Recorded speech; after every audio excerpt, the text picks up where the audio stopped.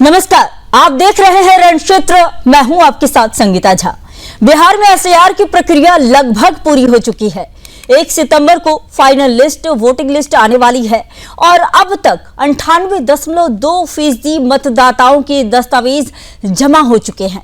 यानी चुनाव आयोग जी जान से काम कर रहा है ताकि हर मतदाता की जानकारी सही दर्ज हो।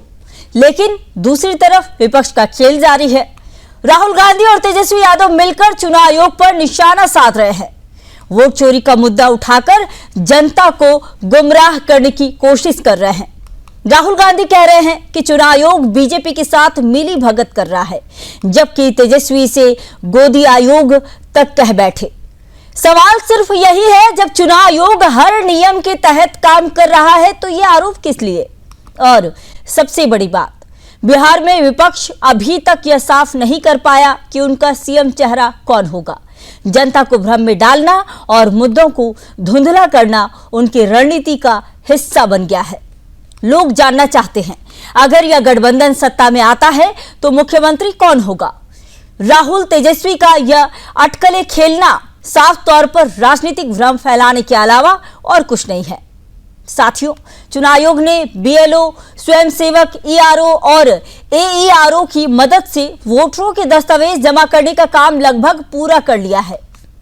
विपक्ष के आरोपों के बावजूद आयोग समय से पहले सब काम पूरा करने के लिए तत्पर है।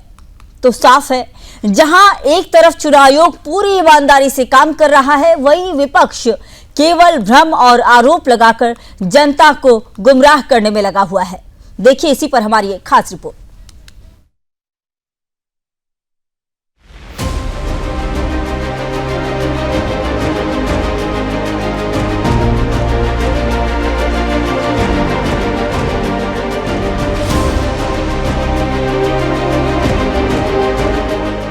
बिहार में एसआईआर की प्रक्रिया लगभग पूरी होने वाली है।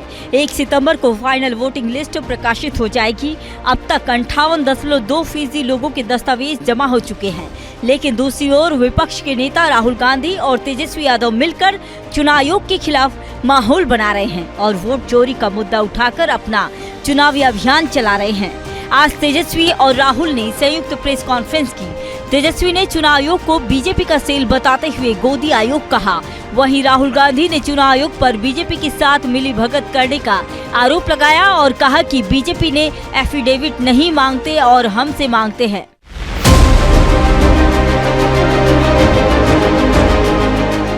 राहुल गांधी के आरोपों पर पलटवार करते हुए बीजेपी नेता रविशंकर प्रसाद ने कांग्रेस पर निशाना साधा। उन्होंने कहा कि अगर राहुल गांधी को वोट नहीं मिलता तो हम क्या करें। रविशंकर प्रसाद ने याद दिलाया कि लोकसभा चुनाव में कांग्रेस ने संविधान बचाने का भ्रम फैलाकर वोट लिया। उसके बाद महाराष्ट्र, हरियाणा और दिल्ली में क्या हुआ सबको पता है। उन्होंने पूछा, राहुल और तेजस्वी बताए कि जो मर चुके हैं उन्हें वोट देना चाहिए या जो 20 साल पहले बिहार के बाहर चले गए उन्हें वोट देना चाहिए। चुनाव आयोग ने जानकारी दी है कि 3 लाख से अधिक नए वोटर्स ने फॉर्म भरा और दस्तावेज जमा करने के नाम के साथ साथ दावे और आपत्तियों की प्रक्रिया भी चल रही है। आयोग का मानना है कि तय समय सीमा के पहले ही यह पूरा हो जाएगा और 30 सितंबर को वोटर लिस्ट जारी कर दी जाएगी। बिहार में 24 जून से 25 जुलाई तक चल रहे विशेष गहन पुनरीक्षण के तहत वोटरों की गणना का काम पूरा किया गया। इसके बाद 1 अगस्त को मतगणना सूची का प्रारूप सामने आया। इसके आधार पर दावा, आपत्तियां और दस्तावेज जमा करने के लिए अगस्त के 1 सितंबर तक पूरे 1 महीने का समय दिया गया। तो यह कहना गलत नहीं होगा कि जहां एक तरफ चुनाव आयोग एसआईआर की प्रक्रिया को पूरा करने में जी जान से जुटा हुआ है, वहीं राहुल और सभी विपक्षी दल चुनाव आयोग के काम को रोकने की पूरी कोशिश में लगे हुए हैं। वोट चोर और न जाने क्या क्या साबित करने में जुटे विपक्ष के आरोपों के बावजूद चुनाव आयोग अपना काम पूरी तत्परता से कर रहा है। बीजेपी ने भी कांग्रेस पर पलटवार करते हुए कहा कि राहुल लोकसभा चुनाव के समय भी संविधान बचाने का भ्रम फैलाकर जनता को गुमराह करते रहे और हर बार उनका झूठ पकड़ा गया और इस बार भी राहुल का यह झूठ पकड़ा जाएगा। Bureau report, Sudarshan news.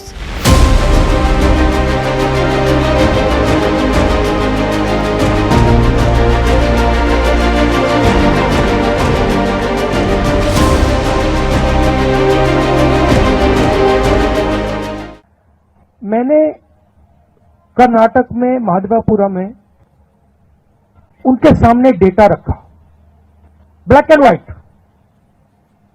उन सवालों का आज तक एक जवाब नहीं आया है। 1 लाख फर्जी वोटर कहां से आए, कैसे आए, कौन थे, उसका जवाब इलेक्शन कमीशन ने नहीं दिया। मैं प्रेस कॉन्फ्रेंस कर रहा था, करते हुए इलेक्शन कमीशन कहता है कि राहुल गांधी को एफिडेविट देना चाहिए, और अगर एफिडेविट नहीं दिया तो हम एक्सेप्ट नहीं करेंगे। कुछ दिन बाद सरकार के अनुराग ठाकुर जी वैसा ही प्रेस कॉन्फ्रेंस करते हैं, मतलब जो हम कह रहे थे उसी को दोहरा रहे हैं। पता नहीं उनको यह आइडिया कहां से मिला, किसने दिया, बट वो कर दिया उन्होंने। मगर चुनाव आयोग उनसे एफिडेविट नहीं मांगता है। एक ही चीज की मैंने और उन्होंने, कोई फर्क नहीं। चुनाव आयोग अब चुनाव आयोग नहीं रह गया है, वो गोदी आयोग रह गया। अब बीजेपी का पार्टी का जो सेल होता है वैसे चुनाव आयोग जो है काम कर रहा है, एक बीजेपी का कार्यकर्ता बन करके, और लोकतंत्र बचाने के लिए, संविधान को बचाने के लिए, वोट का अधिकार को बचाने के लिए और लोगों के अस्तित्व के बचाने के लिए राहुल गांधी जी और हम सब लोग इस यात्रा पे निकले हैं। बेबुनियाद, बेशर्म भरी बातें करते हैं, हर बार हारते हैं। दिल्ली हार गए, महाराष्ट्र हार गए, हरियाणा हार गए, आगे फिर हारेंगे। लेकिन ये क्या है? ऐसे शब्दों का प्रयोग प्रधानमंत्री के बारे में कैसे आप शब्द कर रहे हैं? इन्होंने क्या कहा आपके स्पीकर साहब के बारे में? मीडिया को गाली पढ़ते हैं, कोर्ट पर भी टिप्पणी करते हैं। तो राहुल गांधी जीते महाराष्ट्र में, लोकसभा में, यूपी में, तो चुनाव आयोग ठीक है। आप हार जाएं तो चुनाव आयोग खराब है। यही तो है उनकी कहानी। 99% वोटर ने अपना डॉक्यूमेंट सबमिट किया कि नहीं? अब आपको आपत्ति देने का अधिकार है। चुनाव आयोग ने कहा कि बाकी कुछ कहना है एफिडेविट पर कहिए, तो आप कहते नहीं हैं ताकि झूठ पकड़ी जाए। तो ये जो शब्द है ये बहुत गलत है, जो भाषा का प्रयोग कर रहे हैं। अच्छा है दोनों घूमे साथ साथ, ताकि बिहार की जनता इनका सही चेहरा देख रही है।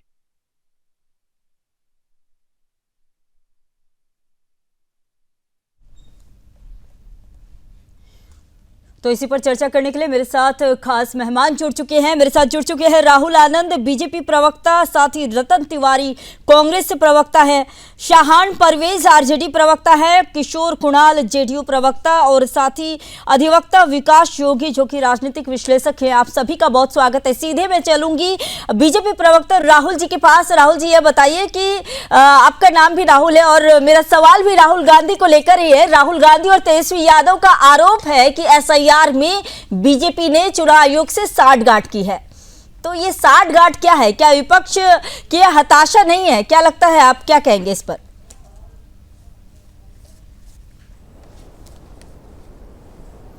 आप खुद को पहले अनम्यूट कर लीजिए, आवाज नहीं आ रही है।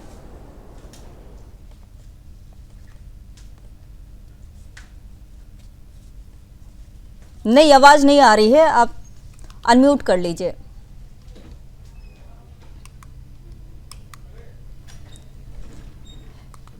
ठीक है, तब तक मैं कांग्रेस से प्रवक्ता मेरे साथ जुड़े हुए हैं, मैं उनके पास आना चाहूंगी। रतन जी, ये बताइए कि राहुल गांधी के आरोप में कितनी सच्चाई है, जब 98.2% जो है दस्तावेज जमा हो चुके हैं और भी प्रक्रिया चल रही है, 8 दिन का ही बात है, फिर ये वोट चोरी का शोर क्यों मचा रहे हैं आप लोग?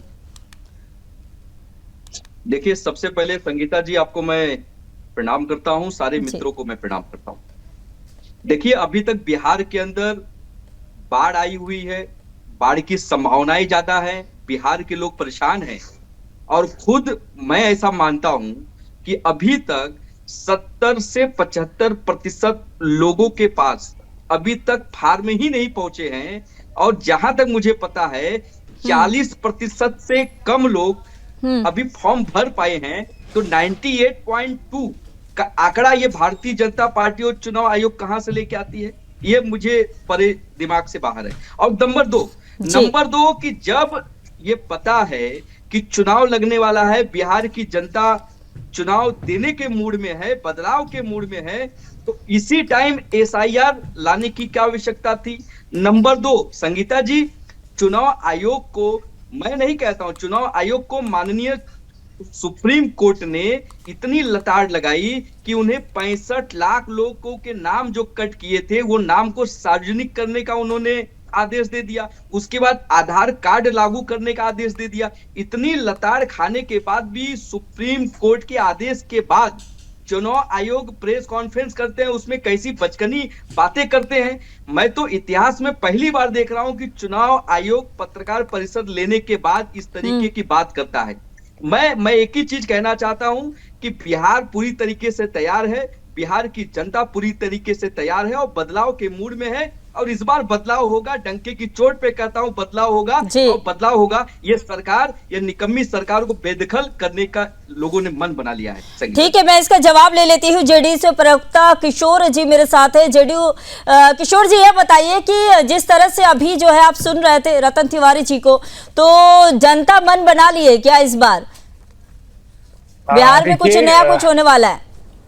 संगीता जी नमस्कार, आपको सारे पैनलिस्ट महोदय को भी नमस्कार। ये रतन साहब हो या कांग्रेस और आरजेडी के लोग हों, इनके पास कोई एजेंडा बचा नहीं है। वो बिहार के विकास के एजेंडे पे बात करना नहीं चाहते हैं।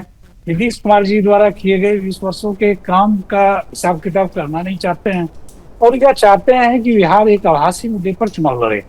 जहां तक SIR की बात है, सैद्धांतिक तौर पर जनता दल यूनाइटेड हमेशा से SIR की समर्थक रही है, लेकिन जनता दल यूनाइटेड के लगभग 48,000 कार्यकर्ता जो BLA के रूप में अलग अलग बूथों पर यह देखने का या परखने का या जांचने का काम कर रही है कि कहीं किसी योग्य वोटर का नाम छूटा तो नहीं, किसी अयोग्य का नाम जुड़ा तो नहीं। और SIR ऐसा नहीं पहली बार हो रहा है, इससे पहले भी कई बार SIR हुआ है, और निश्चित तौर पे SIR का एक ही मोटिव होना चाहिए और है, वो है मतदाता सूची का शुद्धिकरण। और मुझे लगता है इस काम में किसी भी तरह से हर एक दल, जो भी दल चुनाव प्रक्रिया का हिस्सा है या जो भी राजनीतिक दल राजनीति कर रही हैं, हर दल को इस प्रक्रिया का समर्थन करना चाहिए। जहां तक हो रही लापरवाहियों की बात है, कई लापरवाही संज्ञान में आई है, तो जनता दल यूनाइटेड कभी किसी लापरवाही का समर्थन नहीं किया है, और आगे भी हम इस तरह का समर्थन हम लोग नहीं करेंगे। लेकिन जो प्रक्रिया, स्वस्थ प्रक्रिया चल रही है, उस प्रक्रिया को संदेह के घेरे में लाना। और मैं एक बात और जोड़ना चाहूंगा, चुनाव आयोग एक संवैधानिक संस्थान है, तो ठीक उसी तरह जिस तरह से हमारा सर्वोच्च न्यायालय है या अन्य सारे संस्थान है, उस चुनाव आयोग एक बेहद ही जिम्मेदार संगठन है, बेहद ही जिम्मेदार सरकारी संस्था है। और चुनाव आयोग की जिम्मेदारी एक वार्ड के सदस्य से लेकर राष्ट्रपति तक के चुनाव को करवाने की। ऐसे में चुनाव आयोग की विश्वसनीयता को सरेआम बाजार में नीलाम करना चुनाव आयोग को बिल्कुल सही नहीं है। ठीक है, मैं राहुल आनंद के पास वापस आना चाहूंगी, बीजेपी से प्रवक्ता है। अभी थोड़ी देर पहले ही रतन तिवारी कह रहे थे कि कई ऐसे जिले हैं जहां पर बाढ़ आए हुए हैं और वहां तक पहुंचना अभी तक किसी के लिए संभव नहीं हुआ, कोई पहुंचा नहीं है। फिर ये 98 जो भी फीसदी है, ये इतनी ज्यादा फीसदी में किस तरह से जो है प्रक्रिया पूरी कर ली गई? राहुल जी, आप जवाब दे दीजिए इसका। है कि जो विपक्ष हमारा है ना, उसके साथ एक सबसे बड़ी समस्या है कि चले थे कहां, जाने के लिए जाना है कहां ये मालूम नहीं, और अपने भटकते कदमों को मंजिल का दिशा मालूम नहीं। ये जो दो लोग आपस में CM और PM यात्रा पे जो निकले हैं, वो देखने में जरूर अच्छा लग रहा होगा, वो इनके लिए PR कंटेंट का काम जरूर कर रहा है, लेकिन इसका वास्तविकता से उनका कोई लेना देना नहीं है। मैं बताता हूं कैसे। देखिए, कभी आपने नहीं देखा होगा कांग्रेस को कि कभी भी किसी तरह का प्रतिकार किया हो, खास करके उन समाज का जिसके लिए वो जाने जाते हैं। देखिए, बिहार में एक बहुत गंभीर विषय भी आया है जिसकी चर्चा आपके चैनल के माध्यम से होनी जरूरी है। कम से कम 3 से 4 पाकिस्तानी महिलाएं पाई गई है जिसके पास आधार कार्ड है, और वो सरकारी टीचर भी है बिहार के अंदर, और वो सरकार बनाने में हस्तक्षेप भी कर रही है। देखिए कितना बड़ा सुरक्षा व्यवस्था में ये चूक है, और 5 दशक से वो बिहार में रह रही है। लेकिन आपने सुना क्या कि कभी विपक्ष के साथियों ने इस चीज को कहा होगा? कभी नहीं कहा। लेकिन अब कहेंगे कि सरकार का फेल्योर है, बहुत सारी चीजें करेंगे। तो हम जब जिम्मेदारी लेते हैं तो आईना अपना स्वयं भी साफ करने का कला जानते हैं। और देखिए, आपको मैं एक चीज और बता दूं, ये महाराष्ट्र की बात कर ले, कर्नाटक की बात कर ले, तेलंगाना की बात कर ले, ये सारी चीजें इनके लिए 0 नंबर है। क्योंकि जब राहुल गांधी जी को जब चुनाव में वोट मिलता नहीं है तो फिर चुनाव आयोग क्या करे? तो बीजेपी की जिम्मेदारी थोड़ी है। अब आपको मैं बताता हूं बिहार संदर्भ में 2020 की चुनाव की अगर बात कर ले तो आरजेडी सिंगल लार्जेस्ट पार्टी बन के उभरी थी, 75 सीटें आई थी और 23% वोट प्रतिशत था उसका।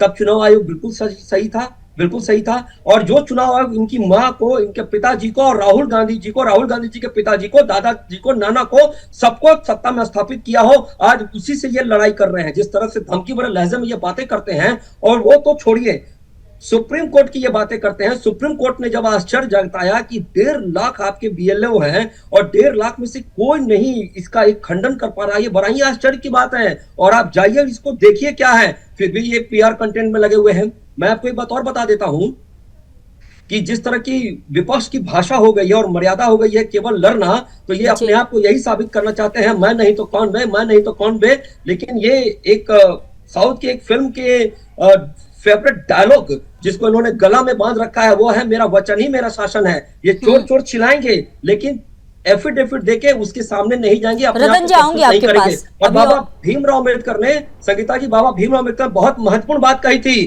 कि राजा का बेटा राजा नहीं बनेगा, राजा वही बनेगा जो राज्य करना योग्य होगा। लेकिन अफसोस की बात है कि बेवकूफियत से भरा शहजादा जो कांग्रेस परिवार का वो पुत्र है, कांग्रेस परिवार का पुत्र है, इसलिए सत्ता में उसको नेता प्रतिपक्ष बनाने के लिए कवायद तेज की गई है। उससे तो ज्यादा समझदार तेजस्वी यादव है, जिसको सब चीज पता है कि किलो क्या होता है। हालांकि 9वीं फेल है, लेकिन किलो क्या होता है, लीटर में क्या फर्क है, उससे ज्यादा समझदार है। लेकिन पिछलकू बन के आज घूम रहे हैं बुलेट पे। इनकी राजनीतिक ठीक है, मेरे साथ अधिवक्ता विकास जोगी जो कि राजनीतिक विश्लेषक है वो भी जुड़े हुए हैं। उनसे पहले सवाल ले लेती हूँ, फिर आप लोगों के पास वापस आती हूँ, सभी मेहमानों से ले लेती हूँ। विकास जी, ये बताइए कि कानूनी रूप से चुनाव आयोग की प्रक्रिया को वोट चोरी कहना कितना सही मानते हैं आप? जिस तरह से वोट चोरी का जो है विपक्ष आरोप लगा रहा है, वहीं सुप्रीम कोर्ट में भी इसकी चुनौती दी गई। संगीता जी, अभी आपने बिल्कुल ठीक पूछा। होता क्या है कि अगर मैं अभी मैं जो बोलूंगा ना, वो शायद मुझे लगता है अपने पैनल में जो साथी हैं, कुछ लोगों को ऐसा लगेगा कि मैं भाजपा की भाषा बोल रहा हूँ, लेकिन ऐसा बिल्कुल नहीं है।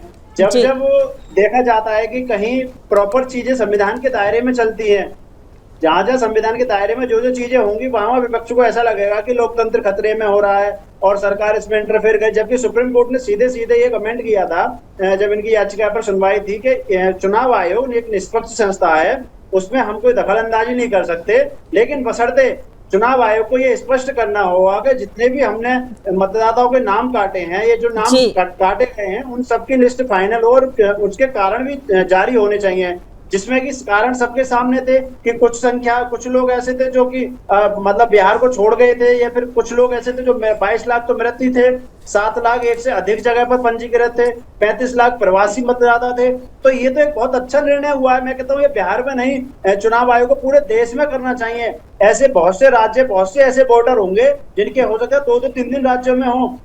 और बिहार की जब SIR की अपडेट आई थी तो उसमें कुछ लोग ऐसे भी थे जो पड़ोस के राज्य के, पड़ोस के देश के लोगों के नाम भी थे। तो इसमें कोई नया तो कुछ हुआ नहीं है। इसमें जो हुआ है वो बिल्कुल ठीक हुआ है और इसमें सभी राजनीतिक पार्टी को समर्थन देना चाहिए। सभी को इस बात की खुशी मनानी चाहिए कि हमारे देश में सच्ची लोकतंत्र के दायरे में चल रहा है। और आप संविधान की, जब राहुल जी और संविधान की पास एक बुक को लेकर, शायद मुझे लगता है वो ब्लैंक होती है अंदर से, उसमें कुछ लिखा ही नहीं होता संविधान की। अगर सारी पढ़ी लिखी, सारी प्रॉपर संविधान की बुक अगर उनके पास होती तो वो समझते कि देश संविधान से चलेगा, ना कि विपक्ष के या पक्ष के किसी के हल्ला करने से। और ये वोट डालने का अधिकार उसी का होना चाहिए जो जिस राज्य में रह रहा है। ऐसे बहुत से राज्य के लोग हैं जो अन्य राज्य में जॉब कर रहे हैं 5 साल 10 साल से, वहां उनका वोट बढ़ गया, अब वोटिंग वो वहां भी वोट दे रहे हैं। और जब पंचायत चुनाव या कोई छोटा चुनाव होगा किसी प्रलोभन की वजह से, फिर वो अपने राज्य में भी चुनाव वोटिंग करेंगे। तो इससे तो मिसमैचिंग हो रही है ना। निर्णय बहुत अच्छा है, सभी लोगों को सराहना देना चाहिए, उसको अच्छा करना चाहिए कि बहुत अच्छा काम। इस पर हो हल्ला करने से इस चुनाव को एक गलत दिशा में ले जाना है। हमको चुनाव हमेशा सारी पार्टियों को युवाओं के हित में, बेरोजगारी है देश में, प्रदेश में अपराध की स्थिति क्या है, उन सब पर देखना चाहिए। महिलाओं के लिए सुरक्षा हम कितनी दे पा रहे हैं उस पर काम करना चाहिए। बिहार कितना अच्छा था, नालंदा विश्वविद्यालय पूरे देश में, पूरे दुनिया में मशहूर था, आज उसकी स्थिति कहाँ पर है। तो बिहार ने तो एक अलग दिशा दी है, उस दिशा पर काम करना चाहिए, ना को बिहार को या फिर बिहारी लोगों को बदनाम करना चाहिए। कुछ राजनीतिक लोग अपनी राजनीतिक रोटी के चक्कर में तरह तरह की बातें करते हैं, इससे कि माहौल खराब होता है। बिल्कुल। शान परवेज जी, मैं आपके पास आना चाहूंगी। जैसा कि आज तेजस्वी यादव ने गोदी आयोग कहा है, क्या ये एक जिम्मेदार नेता के मुंह से शोभा देता है क्या इस तरह के शब्दों का इस्तेमाल करना? देखिए, ये बहुत क्लियर है कि जिस प्रकार से भारत के अंदर लोकतंत्र को कमजोर किया गया है सत्तारूढ़ दलों के द्वारा और चंद्र बिके हुए पत्रकारों के द्वारा, तो जिस प्रकार से एक टैग दिया गया था जो भारत में बहुत प्रचलित हुआ, गोदी मीडिया, और गोदी मीडिया के बहुत प्रचलित होने के बाद में गोदी आयोग का भी गठन किया गया। अच्छा, तो इसमें कोई आपत्ति तो है यानी आपत्ति नहीं है, यानी कि आप लोग लोकतांत्रिक संस्थाओं का अपमान करेंगे, वो सही है। लोकतांत्रिक संस्थाओं का अपमान करेंगे, सही है। बोलने नहीं देती हैं, दिक्कत यही है। आप जब पूछेंगे तो सुन लीजिए, आप बोलने नहीं देती हैं। पहले टाइम हम लोग बैठते हैं और सुनना नहीं चाहती हैं। लोकतांत्रिक संस्थाओं का सभी लोग बोल रहे हैं, सुन रही हूँ, बिल्कुल, लेकिन सवाल का जवाब अगर सही से दे तो बिल्कुल सुने ना। आप ऐसा कुछ बोलते हैं कि बीच में बोलना पड़ जाता है। आप मान नहीं रहे हैं कि हाँ लोकतांत्रिक संस्थाओं का अपमान नहीं होना चाहिए, इस तरह के जो बयान है ऐसे नहीं देना चाहिए, ये आप नहीं माना बोलेंगे। कि लोकतांत्रिक संस्थाओं का अपमान नहीं होना चाहिए और लोकतांत्रिक संस्थाओं को अपनी जमीर नहीं बेचनी चाहिए। और अगर लोकतांत्रिक संस्था के नाम पर लोग दलाल बैठ जाए, अनिल मसीह जैसे चुनाव आयोग में अगर कहीं दलाल घुस के बैठ जाए जो भारतीय जनता पार्टी के लिए काम कर रहा हो और चुनाव आयोग की अस्तित्व को और चुनाव आयोग के सब पे सवाल खड़ा करा रहा हो, तो चुनाव आयोग को उसके लिए प्रेस कॉन्फ्रेंस करने का समय नहीं मिल पाया। मगर चुनाव आयोग के लिए अगर भारतीय जनता पार्टी के द्वारा लाए गए किसी नियम कानून का अगर विरोध कर रही है, तो अगर विपक्ष विरोध कर रही है, लीडर ऑफ अपोजिशन सवाल पूछ रहे हैं, तो चुनाव आयोग को सामने आकर प्रेस कॉन्फ्रेंस करना पड़ता है और वो धमकी भरे लहजों में ये कहते हैं कि माफी मांगना पड़ेगा। तो तब मैडम निश्चित रूप से लगता है कि लोकतंत्र में कहीं ना कहीं अब जो है वो चेंधमारी हो चुकी है और हम लोग उसकी रक्षक हैं, रक्षा करने की बात कर रहे हैं। हम तो लोकतंत्र बचाने की बात कर रहे हैं, इसलिए आपसे भी सहयोग मांगते हैं। अभी हमारे केंद्रीय मंत्री रविशंकर जी ने कहा कि विपक्ष जब जब चुनाव हारता है तब तब कहता है चुनाव आयोग खराब है, चुनाव आयोग में गड़बड़ी है, और जब जब चुनाव नहीं हारता है, जब जब चुनाव जीत जाते हैं तो कहते हैं चुनाव आयोग ठीक है। मैं रविशंकर जी आपको बता देना चाहता हूं कि अगर चुनाव आयोग कभी भी निष्पक्ष हो जाएगा तो भारतीय जनता पार्टी और उसके सहयोगी भारत में कहीं चुनाव नहीं जीत पाएगी। चुनाव जीतने के लिए जो पार्टियों का एजेंडा होता है, मैनिफेस्टो होता है, और जो मैनिफेस्टो और एजेंडा भारतीय जनता पार्टी और इसके सहयोगी दल 10 सालों में लेकर आए हैं, वो क्या है, उनमें से कितने % पर काम हुआ है, मैं आपको नाम गिना देना चाहता हूं। ठीक है, 2020 में जो आरजेडी को सीट मिली ना, उसमें भी कुछ ना कुछ गड़बड़ी हो सकता है, ऐसा भी आप मान लेंगे क्या? राहुल जी से मैं आपका जवाब ले लेती हूँ। राहुल जी जवाब दे दीजिए। रुपया का दाम गिरते चला गया। ठीक है, आपने जवाब दे दिया। राहुल जी से मैं जवाब ले लेती हूँ। राहुल जी जवाब दे दीजिए। संगीता जी, हमारे विपक्ष की सबसे बड़ी समस्या क्या है ना कि जिस संविधान को पॉकेट डिक्शनरी लेकर चलते हैं उनको एक रटा दिया जाता है कि यही सब चीज को बोलना है, इससे आगे मत कुछ बोलना, क्योंकि इसके आगे बोलोगे तो फिर जज्बात साथ में सरकार किस मुद्दे पर रिटेन हो रही है, कभी मीडिया को सवाल निष्पक्षता से ये सवाल भी पूछना चाहिए। ये जाति उन्माद को फैलाएंगे कि सत्तारूढ़ दलों के पास ऐसी कौन सी जादू है जिसके कारण सरकार रिटेन हो जाती है? आपके वोट कर रही है, ये सही है क्या? पाकिस्तानी महिला का वोटर सही है? आपके पार्टी के लोग सही है क्या? पाकिस्तान की जासूसी करते हैं, नाम की नाम क्या सही है? ध्रुव सक्सेना, ज्योति मल्होत्रा, आपके पार्टी भारतीय जनता पार्टी के लोग जासूसी कर रहे हैं पाकिस्तान के लिए। कर लो, इनका जो आरएसएस के लोग जासूसी कर रहे हैं पाकिस्तान के लिए। ज्योति मल्होत्रा भूल गए, ध्रुव सक्सेना भूल गए। एक गुंडे का नाम लिया और कहा क्या कि साहबुद्दीन जिंदाबाद, साहबुद्दीन जिंदाबाद। वो क्यों कर रहे थे? वो इसलिए कर रहे थे क्योंकि वो जो गुंडा था ना, जो असुर था, उसकी आवश्यकता थी इनको वोट जिताने में, वो काम करते हैं उसकी आवश्यकता थी। तस्लीमुद्दीन जिंदाबाद जो सीमांचल का एक बहुत बड़ा अपराधी था, जो कितने आपराधिक घटनाओं को अंजाम दे चुका है, उसका ये वोट चाहिए। लेकिन कभी आरजेडी वाले नहीं कहेंगे कि वो गलत हुआ था, वो नहीं होना चाहिए था, वो नहीं होना चाहिए था। पाकिस्तानी महिला वोट दे, मंजूर है कि पाकिस्तानी महिला वोट दे, ये सिस्टम को चैलेंज करेंगे, लेकिन ये कभी नहीं करेंगे। आपके गृह मंत्री के ऊपर एलिगेशन है, तड़ी पार करके वोट रखा है उनको, सुधार करने की जरूरत है, कभी नहीं बोलेंगे। गृह मंत्री के ऊपर तड़ी पार का एलिगेशन लगा है, सारे आपको मैं बताता हूं और आरोपी तो आपके मंत्रिमंडल में हार की वजह ढूंढ रहे हैं संगीता जी। इन लोगों ने अपने हार का वजह ढूंढ लिया है और मैंने कहा ना कि हेडलाइन मैनेजमेंट और पीआर कंटेंट के लिए ये भीड़ में घूम रहे हैं, बुलेट का मजा ले रहे हैं और गाड़ी ऐसे चला रहे हैं कि सुरक्षा कर्मी तक दबे जा रहे हैं, जो इनके सुरक्षा में जो अभी तो शुरुआत हुआ है, अभी से अभी देखिए कभी ये माफी नहीं मांगते नजर आएंगे। अभी राहुल गांधी जी का एक ट्वीट आया है। ठीक ये है, हवा शाहन परवेज बोल लेने दीजिए। आप जब बोल रहे थे कोई बीच में नहीं बोला था, आप बोल लेने दीजिए। ठीक है, चर्चा में बने रहेंगे, चर्चा में वापस आएंगे। फिलहाल वक्त सीधे मैं चलूंगी रतन तिवारी जी के पास। रतन जी, यह बताइए कि कांग्रेस यह मान रही है कि चुनाव आयोग निष्पक्ष संस्था नहीं रही, अगर हाँ तो उसके लिए आपके पास सबूत क्या है? बार बार सबूत की बात की जा रही है, चुनाव आयोग ने भी सबूत मांगे हैं, सबूत देने के लिए कहा है, नहीं तो देश से माफी मांगने के लिए कहा है, तो सबूत है क्या आपके पास? संगीता जी, भारतीय जनता पार्टी के प्रवक्ता जब झूठ बोल रहे थे तो मैं ईमानदारी से अपने आप को म्यूट करके इन्हें सुन रहा था।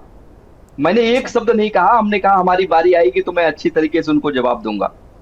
18,000 शपथ पत्र दिए गए हैं, चुनाव आयोग उस पर चुप्पी साध लेता है। यह कह रहे थे आपके चैनल पे कि पाकिस्तान की नागरिक है, वो बिहार में टीचर है, वो भी सरकारी टीचर, और इनके ही प्रधानमंत्री बिहार में हो या देश में हो, जब चुनाव होता है तो कहते हैं घुसपैठिए बिहार में भर गए हैं। संगीता जी, यही लोग हैं जब दिल्ली का चुनाव हो रहा था तो दिल्ली में घुसपैठियों की लिस्ट बता रहे थे। ये कह रहे थे कि अरविंद केजरीवाल के दिल्ली में घुसपैठियों बड़ी मात्रा में घुस गए हैं, हमारी सरकार बनेगी, एक एक को बाहर करने का काम करेंगे। दिल्ली का चुनाव खत्म हो गया, घुसपैठियों की लिस्ट गायब हो गई, वो बोलना ही बंद कर दिए।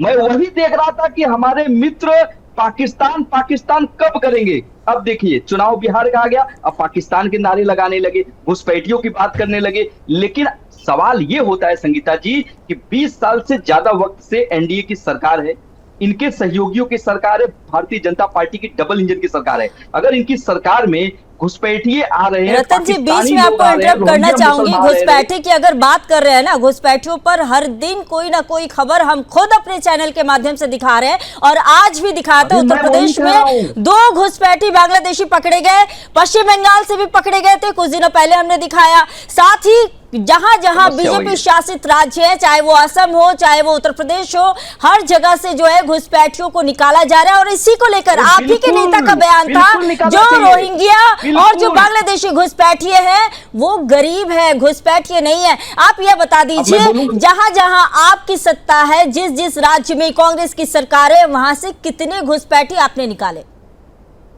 अरे मैं वही तो बोल रहा हूँ संगीता जी, मैं तो बार बार आपके चैनल के माध्यम से पूछता हूं कि हमारा एक कार्यकर्ता आरटीआई से जब गृह मंत्रालय से सवाल करता है, जवाब मांगता है कि बताइए गृह मंत्री जी कि कितने घुसपैठिए भारत में आए हैं, कितने लोगों की जानकारी आपके पास है, कितने लोगों को आपने टारगेट किया है, कितने लोगों को आपने चिन्हित किया है, और कितने लोगों को आपने देश से बाहर किया है? एक भी जीरो बट्टा सन्नाटा।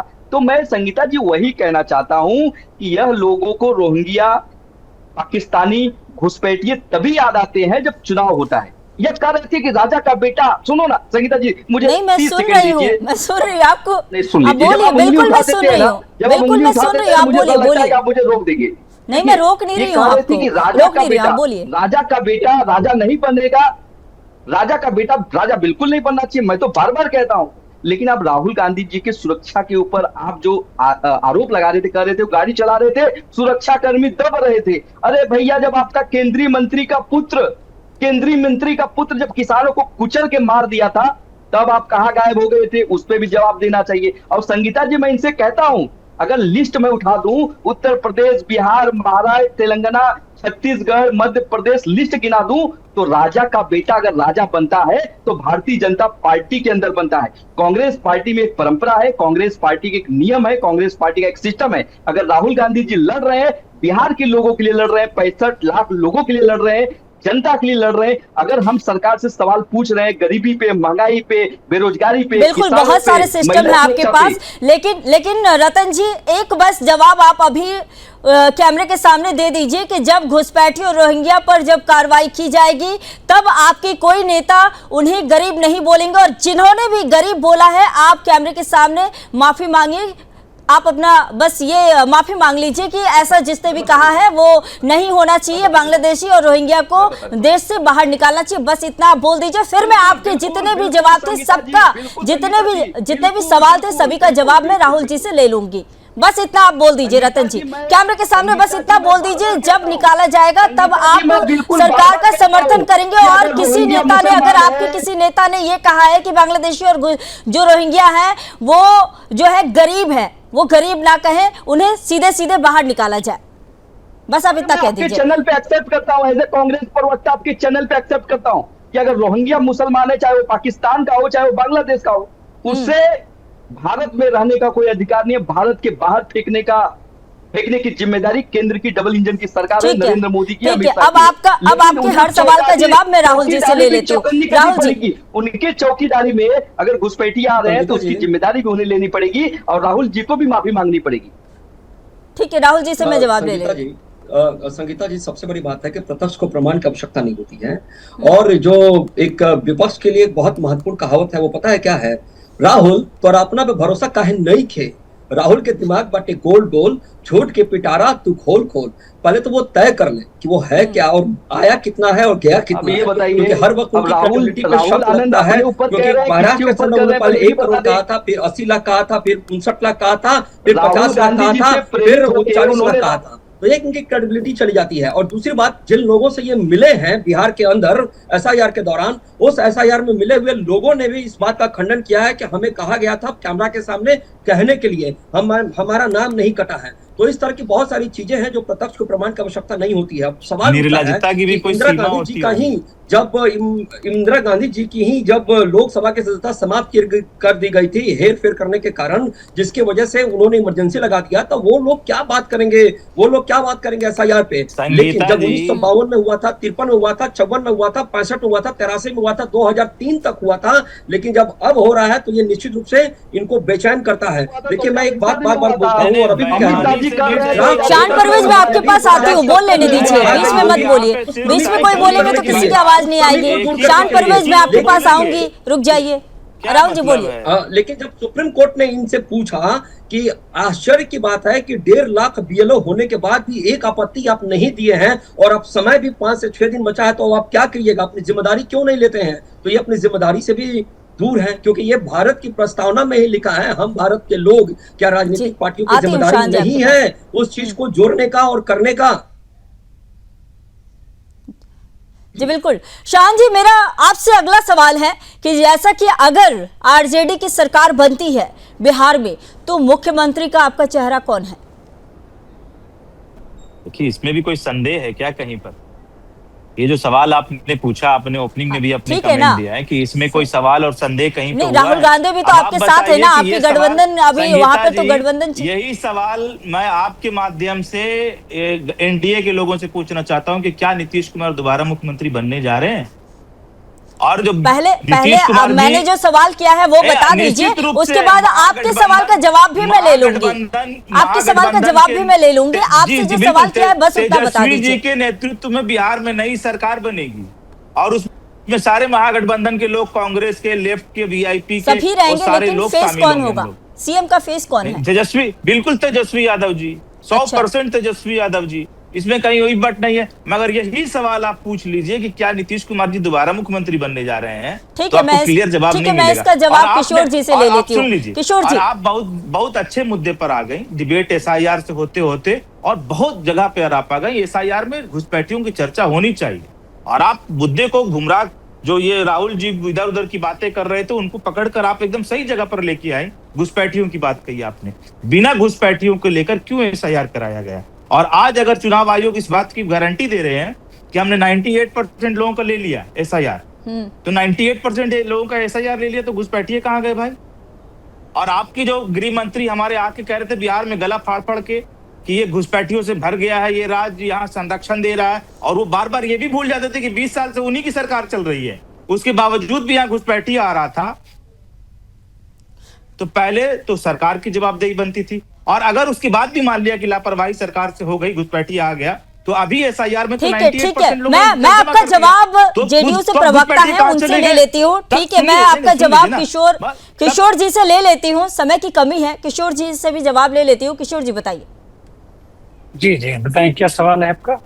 जैसा कि शाहान परवेज कह रहे थे कि अगर जो है चुनाव जीतती है, एनडीए की सरकार बनती है, तो सीएम का फेस कौन होगा। शाहान जी आरोप लगा रहे हैं कि घुसपैठियों को लेकर जो है, घुसपैठियों को लेकर उनका कई सारे आरोप है, जिसका जवाब जो है वो आपसे लेना चाह रहे हैं, जेडीयू से लेना चाह रहे हैं।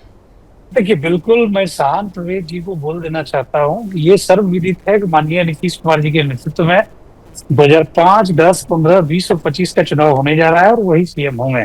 और इसकी सफाई मुझे नहीं देनी है। हमारे दल के सभी, हमारे गठबंधन के सभी दल के प्रमुख ने इस बात की पुष्टि कर दी आज। यही बात आप राहुल गांधी जी से आप बुलवा लेते इस संदर्भ में, तो मुझे लगता है कि बहुत खुशी होती। लेकिन शाहान परवेज जी आदतन फुटेज चोरी के शिकार है। इनको फुटेज कोई दूसरा बोल रहा होता है तो उसमें टपकने की इनकी आदत। अरे पहले आप अपने सहयोगी को सलाह दीजिए ना। अरे चुप रहिए ना, आप चुप रहिए ना, सलाह दीजिए जिसको देना है भाई। अरे आप चुप रहिए ना, बीच में मैं टोक रहा था। बिल्कुल, आप बोल ही नहीं पाते हैं तो टोकते कहाँ हैं? आप नहीं बोल पाते, गलती आपकी है ना, प्रॉब्लम आपकी है ना। नहीं, आपकी तरह एसआईआर के मुद्दे पर आप शाहान जी बीच में मत बोलिए, बोल लेने दीजिए। आप जब बोल रहे थे कोई बीच में नहीं बोला।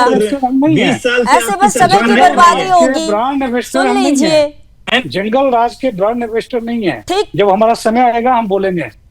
इसका मतलब ये नहीं है कोई और बोल रहा हो तो उसको इंटरप्ट करके उसको बोलने से रोका जाए।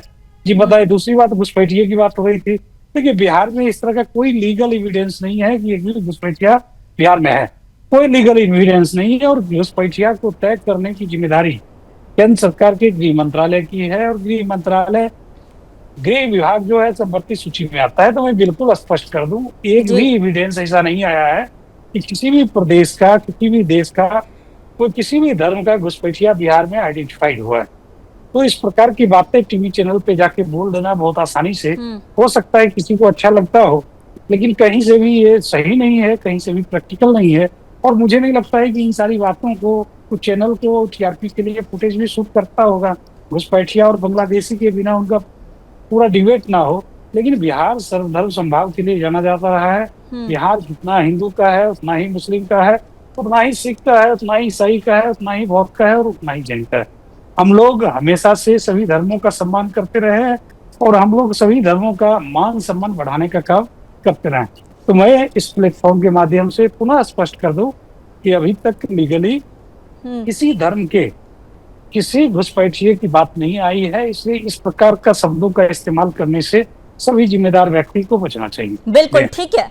विकास जी, मैं आपके पास आना चाहूंगी। एक छोटा सा सवाल, बस इतना बता दीजिए कि जैसा कि ये सभी जो भी राजनीतिक दल हैं वो लगातार जो है आरोप प्रत्यारोप एक दूसरे पर लगा रहे हैं, इससे बिहार की राजनीति में क्या असर पड़ेगा और बिहार की उन्नति कैसे होगी? बस छोटा सा जवाब दीजिएगा, समय की बहुत कमी है। संगीता जी, एसआईआर तो कंप्लीट होनी चाहिए और होगी भी, होने वाली है। लेकिन विषय क्या है कि सिर्फ राजनीतिक पार्टियां मुद्दे को भटकाना चाहती हैं कि युवाओं की बात नहीं हो, रोजगार की बात नहीं हो, प्रदेश में जो बढ़ता अपराध है अपराध पर लगाम नहीं लगे, अपराध की बात में महिलाओं की सुरक्षाओं की कोई बात नहीं हो। सिर्फ इन सब मुद्दों से भटकाने के अलावा दूसरा कोई काम नहीं। जैसे लोकसभा में कि संविधान पर आरक्षण को छीन लिया जाएगा, वो संविधान की एक बुक लेकर, जिसको मुझे लग रहा है कुछ लोगों ने पढ़ी भी नहीं होगी, उसमें संविधान में होते कितने अनुच्छेद है, कितने पेज हैं, अगर ये भी पता लग जाए तो शायद ऐसी बातें नहीं करें। और मैं एक छोटी सी बात आपको बताना चाहूँ, 1952 में चुनाव, पहला जो चुनाव था उस टाइम डॉक्टर भीमराव अम्बेडकर जी के 73,000 वोट खारिज किए गए थे। विकास जी, समय की इतनी कमी थी, फिर चर्चा करेंगे। बहुत धन्यवाद आप सभी का मेरे साथ जुड़ने के लिए। जेडीयू से प्रवक्ता और साथ ही कांग्रेस प्रवक्ता और राजनीतिक विश्लेषक और साथ ही बीजेपी से प्रवक्ता, आप सभी जुड़े, आप सभी का बहुत धन्यवाद। तो चुनाव आयोग अपने स्तर पर तैयारी पूरी कर चुका है, लेकिन विपक्ष अब भी आरोपों की राजनीति खेल रहा है। सवाल यही है, वोटिंग से पहले भरोसा जितना जरूरी है उतना ही जरूरी है नेतृत्व का चेहरा। बिहार की जनता अब भ्रम नहीं, स्पष्टता में विश्वास करती है। फिलहाल के लिए रण क्षेत्र में इतना ही। देश दुनिया की अगली तमाम खबरों के लिए बने रहिए सुदर्शन न्यूज के साथ। जय हिंद।